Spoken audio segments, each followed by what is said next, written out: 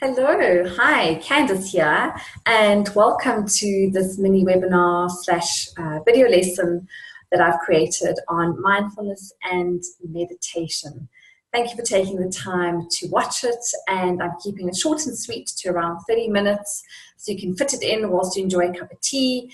And I'm really adding some great value with some good information and useful tips that you can use and get started with. So I'm going to just share my screen and let's get started.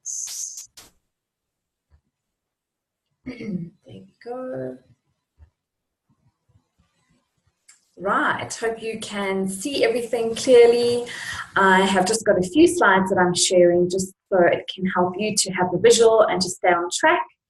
And I hope you enjoy it. So here we go. So mindfulness and meditation, we have heard a lot about it, and we know that it has benefits of sorts. We hear it coming up on magazine covers and media. Hollywood stars are even talking about it more. So it's definitely become a lot more. I mean, it's been around for thousands of years, but more recently, the Western world are introducing more of the Eastern philosophies because they can, as I say, have done research and can see the benefits of it. So just as I say, a quick welcome and introduction. This is my first of 3 webinar lessons that I'm going to be doing. The next one will be on health and vitality, and then the third one is on time management. So look out for those other 2 as well. All of them are going to be recorded, and then the links will be posted up on my website, www.connectedwellbeing.co.za. So the point of this is to provide short little lessons that can offer you, as I say, useful information and help benefit your life in different ways. So a little bit more about me. If you don't know already, Candace, I'm the owner and creator of Connected Wellbeing. And for me, I just put this quote up is, in my own words, is well-being is about having a consistent, certain contentment in your life, while continually upgrading into better versions of ourselves, where we can experience and achieve inner peace, great health, and deep love connections, and ultimately living a fulfilled life. So this is my higher purpose, is to, as I say, I really enjoy teaching and sharing information that is going to benefit you and your family. And I really do think that we all deserve to experience true well-being and to live a fulfilled life. As we know, though, life distracts us and takes us off that path with different obstacles and different challenges. But by continually learning, and that's why I say by upgrading, we have to keep learning. We have to keep inputting information that is going to assist us along the way. We can't keep doing the same things and expect different results. We can't expect to up-level our life to reach different goals and achievements if we keep doing the same thing, the same routine, eating the same food, doing the same daily activities.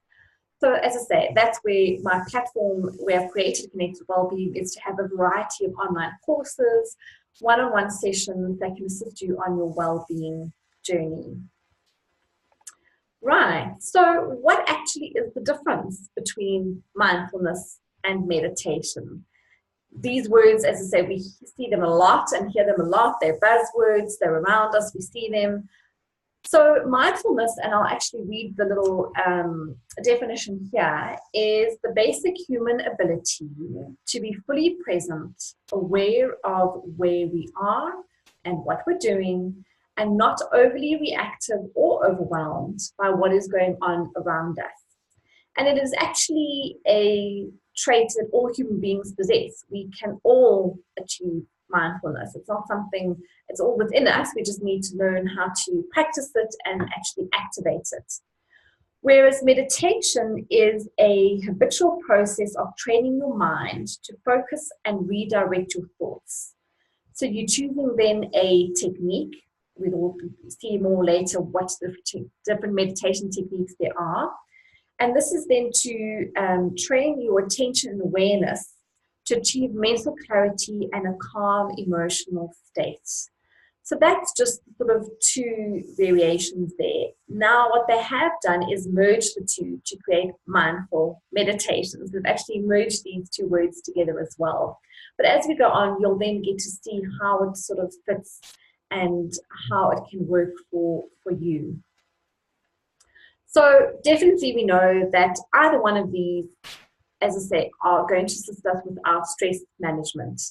We can't escape stress. Stress is just a way of life, but we can minimize our reaction to stress, and we can also assist our body or support our body to cope with that stress better.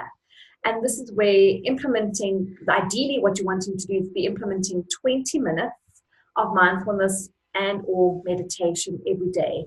But you can divide this. So you could perhaps do 5 minutes in the morning, maybe lunchtime you're going to take a mini moment, which we'll get into as well. And in the evening you might do 10 minutes. So ideally 20 minutes a day is going to set you on track for huge benefits. They actually did a study as well. They did 2 different studies, and they found there was over 4,600 participants. And the long term, only after doing an 8-week meditation course, they then implemented this and then tracked them for 3 years. And the long-term benefit of reduced depression, reduced anxiety, and better life happiness, all of those levels were elevated and managed better. So really, really, it's, as I said, the research is there. We now just need to implement it. And I've got to get better with it as well. So I kind of get to do it 3 or 4 times a week. But as I say, it's the sort of daily practice. I'm good with my little mindful moments every day, but I would also really love to strive to be implementing more proper meditation, in the sense of more focused meditation. I think that's the right word. And as I say, it's really, when I do it, I do feel the benefit. And as I say, we let life's distractions get in the way and prevent us from making this. All we've got to do is do it enough days for enough weeks, and it becomes a habit. It becomes a part of our everyday routine. So we just got to stick with it. So let's carry on here. What I wanted to highlight here, so that you would understand the impacts and how the stress and the meditation can assist our body, is we have our autonomic nervous system. And in that autonomic nervous system, we've got the sympathetic and the parasympathetic systems. Now, sympathetic system responds to stress, also known as our fight or flight mode. And there you can see that little angry person, it elevates our blood pressure, we feel fatigued, we feel anxious. And as I say, these are get sort of triggered when we feel a sense of danger, or feeling overwhelmed, or very angry. Now, our parasympathetic system is on the opposite end of the spectrum, and this is often referred to as our rest and digest system as well, because this allows our body, it has a calming effect on our body. It helps to reduce our heart rate. It helps our body to digest our food properly. It also relaxes our muscles. So obviously we need to find the balance between the two. However, again, with our lifestyles and our stress, our even social media and what we hear on the news, the negative stories, we're constantly living in a space of fear mode because of, as I say, publicity and media. So we're continually kind of activating our sympathetic nervous system too much. And that obviously has other negative side effects, where it forces the body to continually be releasing cortisol and adrenaline, which then has an impact on our kidneys. So yeah, by activating our parasympathetic every day is going to help to have that balance in place, so we're not living too much out of our sympathetic. So as I said, breathing, there it says visualization, positive imaging, our meditation. These are going to help to trigger our parasympathetic and giving our body that break and allowing that sort of flow and harmony to start taking place. Right. So, as I said, we know many, many benefits, but just wanted to touch on some because there might be some that you wouldn't have even thought of. So, for instance, the first one, which is really interesting, is brain empowerment. So, again, they've done research and studies on, we know now that our brain is neuroplasticity, has neuroplasticity. So, our brain can change. We can create more neurons, we can fire extra neurons, we can stimulate different parts of our brain, even though we think it might have been dormant. So by doing meditation, they have seen how, I think again, it was an 8-week study, how the neuroplasticity in the brain, there were positive changes within the brain structure. Obviously then for mental focus, if you're needing to focus and improve your concentration, they're wonderful techniques to do that. Stress relief, we know. Reaching your goals, the power of visualization, using visualization meditation to, as we know, where our thoughts go, our energy flows. So if you're working on a particular project or a goal, if you're doing visualization meditation for 5 minutes every day, that is feeding that thought energy, and that can then create momentum to help you to achieve those goals. It's going to increase your mood, less irritability, less anxiety, less fear. Is obviously going to boost those positive feelings within your body. Being self-centered, you do feel a lot more centered and focused. And for me, it's about being connected to yourself, because when you are connected to yourself, things flow better. Connected to myself, connected to my loved ones, connected to my world, and then things flow better within your life. Balance, absolutely, having a balance, feeling connected, as I touched on, to yourself, to others. Boost your immune system because you're releasing those endorphins. So for instance, especially if you're doing a breathwork type of meditation, you're stimulating oxygen. So that's definitely going to release those good endorphins. Anti-aging benefits, because obviously long-term stress impacts on the cellular level. So that's a great one. A healthy heart by slowing down our blood pressure, by boosting, as I said, the oxygen, definitely going to help to improve your heart health. And then your increased energy, again, depending on if you're doing like a movement type of meditation, that could then be increasing your energy levels as well. So lots and lots and lots of positive benefits. So next is, you've heard me talking about different types of meditation. So as I said, what has become more popular now is talking about mindfulness meditation, where they now just marrying the two together. So as I say, remember, meditation is the habitual process, and now mindfulness is just being able to be in the present moment. So again, there's different ways of having mindfulness. It could just be about, they talk about mindful brushing of your teeth, mindful eating, and just being mindful in nature when you're driving in the car, just becoming very aware of your present surroundings in the moment. Spiritual then, the next one is obviously then linked to more sort of spiritual or religious practices as well. If there's particular sorts of prayers that you want to engage in, then that would then fall under that. Focus, so this is for some people that really battle, especially in the beginning, to quieten their mind, is to then be able to focus on a particular object. So it might just be focusing on a candle for 2 minutes. It might be focusing on a beautiful rose. It might be focusing on a beautiful crystal or an object or an ornament that you really like. So this is using, as I say, a particular object to hold your focus for a certain amount of minutes. Then we get to the next one is movement. So this would be incorporating meditation with a bit of yoga or Tai Chi or Qigong, where you're then using a combination of relaxing movements. Obviously not when you're doing a cardio session and your heart's pumping and you're sweating like crazy. So as I say, more relaxed movements, incorporating breath, incorporating a bit of a thought process behind it. Then we get mantra meditation.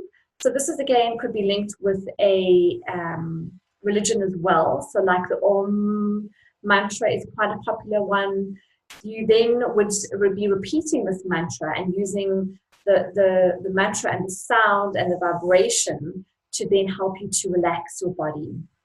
Then what has become quite popular, the last one that I'm touching on, is transcendental meditation. So this is where you are using a more customized mantra, so to speak, or positive word or sentence that relates to you. And then you can also be repeating that either out loud. So mantras are more out loud. Transcendental, you can repeat it to yourself quietly. And this is where you're now sitting and focusing on that particular sentence or word that has relevance to you. So whether it is, I am calm and relaxed. I am calm and relaxed. I am calm and relaxed could be an example of one. Or I breathe in love and breathe out stress. I breathe in love and breathe out stress. You can even get the rhythm of your breath flowing with that as well. So those are just touching on a few different types of meditation. So just to recap, we've spoken about the difference between mindfulness and meditation. We've spoken about the benefits. We've spoken about the impact on our sympathetic and our parasympathetic systems. And now we would like to jump into, now that I've got this information, where do you actually begin? So first off is deciding on your why. With anything in life, I need to have my big why to drive me and motivate me and keep me on track with this decision that I'm making. So decide on, is it for health purposes? Is it for personal, it's part of your self-care routine? Is it part of you being a better partner to your spouse? Is it, as I say, are there major health issues? Because remembering also when it comes to health, depending on where your health is at, but reducing your stress, you can also reduce pain levels using meditation. So perhaps you're doing it for that big reason. So get your why cemented in place. Then the next thing is then choosing the type of meditation that you're wanting to do. Here, taking note that it's not like a one method's going to work for all. It's like going shoe shopping. You're going to try on a pair, look in the mirror, see how it feels, take a few steps. Is it comfortable? Is it going to work for your purposes? If it doesn't, then you don't just walk out of the shop. You might try another pair or have a browse around. So the same thing applies with the meditation technique, is it's going to be a bit of trial and error. So find one, and as I said, you're also going to vary it. So sometimes I might focus on a lot of breath work. I've been doing a lot of breath work meditation lately. Sometimes it might be more mindfulness. Sometimes it might be more visualization. So just finding for you related to your why, what do you need right now? If it is a big goal, then visualization is good. If it is for health reasons, then perhaps the breath work is good. If it is for self-care, then the mindfulness is good. So see what type of meditation you want to try first. And as I say, try it for a few weeks, and then you might want to implement a different technique. Then decide on a time of day. So as I said, 20 minutes is ultimately where you're going to get to, but just starting with 5 minutes and then increasing it each week to get to your 20-minute outcome. But again, you can split this. You can decide to do all 20 minutes in the beginning of your day, or you can split it, as I say, morning, maybe then in the middle of your day taking a 2-minute breather, and then in the evening doing some. So just see how it can fit into your daily lifestyle and routine. Then it's nice to create the space and atmosphere. So again, that also sets the intention. If I've got a little space where I can have a little candle, I've got my little candle burning here whilst we're doing this session. But if you can have some candles, some pretty flowers, again, if there's particular objects that you like to look at, ornaments, then or crystals, then put that and create a little space on your desk, on your countertop, or on a bookshelf, where that is then going to be your space to connect. Then reminding yourself to not judge or get despondent. There's some days where it's easier. So for me, I sometimes can get into that meditative state very quickly. There's other times where this mind of mine just won't switch off, and I do get a bit irritable. I'm like, oh, come on now, just try and switch off the thoughts and be in the moment. But that's okay. Don't judge it. just allow it to be. It shouldn't be forced. And again, like anything, takes a bit of practice, takes a bit of time. And instead, there are going to be those really, really good sessions in some way. It was just, I did it, but it wasn't such a great, huge benefit. But it's again, it's the consistency and making the habit of it, and you will get into it. And then what could be nice is adding a bit of a journaling experience to it as well. So maybe just a little gratitude journal. Again, you can just jot down maybe your progress for a few weeks until you really get into a nice flow and routine and rhythm of your meditation practice. So that's just a nice outline there to assist you to, as I say, now it's time to do it and to get started. Now, that's your meditation practice, but in between that, as I said, I'm pretty good about having these mini moments. And I think that's what most of us, if we can just strive for a few mini moments every day. So this is relating to your mindfulness. So when you're having that cup of tea, really feel the warm cup between your hands, take a couple of deep breaths, close your eyes, take a sip, feel the warm, soothing sensation as you swallow the tea. If it's a herbal tea that has more of an aroma or a taste, then really enjoy that. And as I say, take that cup of tea moment and really enjoy it. And you might want to have, again, a little mantra of thought that says, I am healthy and happy now and always, for instance. Create a little connection that whenever you have a cup of tea, so if you have 3 cups of tea or coffee during the day, that you make that a little mindful moment. Then stopping to smell the roses, quite a cliche one. But if you are out and about, even in the car, if lately we just had the jacaranda trees, we've also had the bougainvillea bushes. But really, just even if it's for a few seconds, wow, look at that beautiful, amazing tree. Take in that color, take in that sort of beauty for that moment. Or if you are in your garden, stop and smell that rose. Have a look at how your plants are doing. Then the next one is mindful eating. So I had mentioned that before.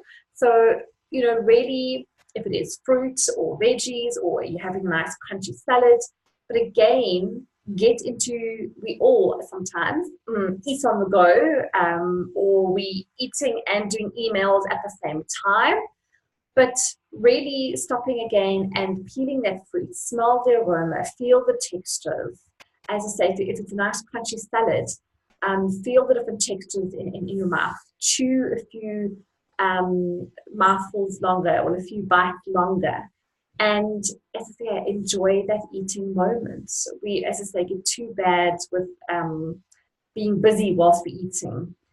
Then, as I've mentioned, having a bit of a gratitude journal. So this could be lovely to end your day or to start your day, is doing a minimum of your 10 gratitudes. What am I grateful for today? And try and change it up. We can all say the same thing: grateful for my health, grateful for my family, but try and bring it into the moment. If you have like a positive meeting that day, I'm grateful for this meeting. I'm grateful for this opportunity. I'm grateful to go and watch a beautiful show at the theatre. I'm grateful to be able to read the book that I'm reading. I have my eyesight. So, don't just get stuck on the generics. Really trigger that deeper sense of gratitude for the little things. And then a good one, just breathe. Take that moment to just breathe it out. A couple of deep breaths is really incredible for, as I say, boosting that oxygen flow up to the brain, taking that pause, taking a moment to step back instead of reacting. You can then reflect, think about the situation. As I say, if you're feeling anxious or you're feeling aggravated or annoyed, just, as I say, take that step back and reflect on the situation. Why am I being triggered? Can I change the situation? How can I approach this in a better way? But when you can, as I say, have that mindfulness to, as that original definition said, to not be overwhelmed and not to overreact, you're then going to have a much more positive outcome generally and less of an impact on your body. Remember this, that for every Let me get it. For every 5 minutes of negative emotional experience, so whether it was 5 minutes of intense sadness or anxiety or rage or adrenaline, it takes 8 hours, up to 8 hours for your body to restore and to rebalance and to recover from that. So just think about that. And that's where I shared, I don't know if you've seen, but it is up on our website. I did a beautiful inner peace meditation where it's then taking you into that, where am I feeling this feeling in my body? And breathing into that space, adding a color, adding a positive mantra, so that you can become more aware and not get so triggered, because then again, you're jumping into that sympathetic state and triggering so many other negative responses within your body as well.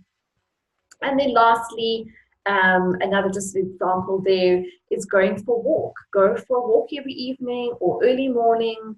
Appreciate the fresh air, the sunshine, the environment around you. Nature has a wonderful way of restoring and activating our natural sense of well-being. So those are just some examples, but you will find many moments, as I say, find many moments that work for you within your daily routine.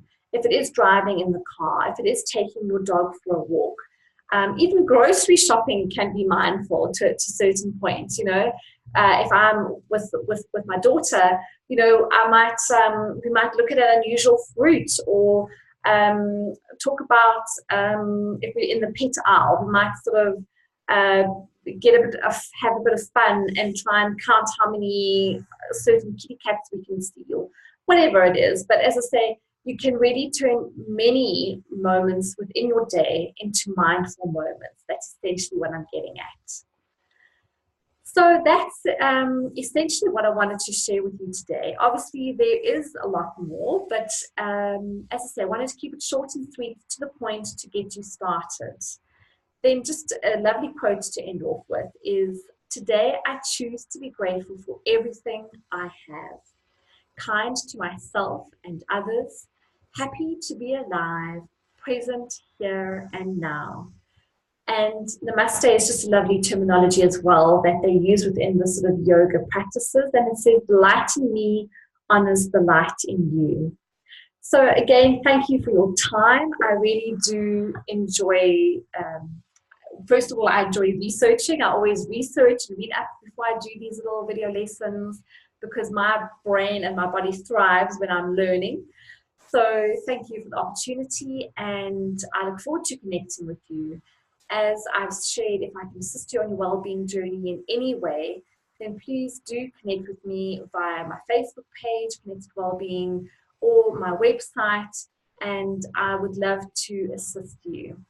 So go well and stay connected, and you'll see me again soon with the next little lesson coming up in a few weeks. Go well. Bye.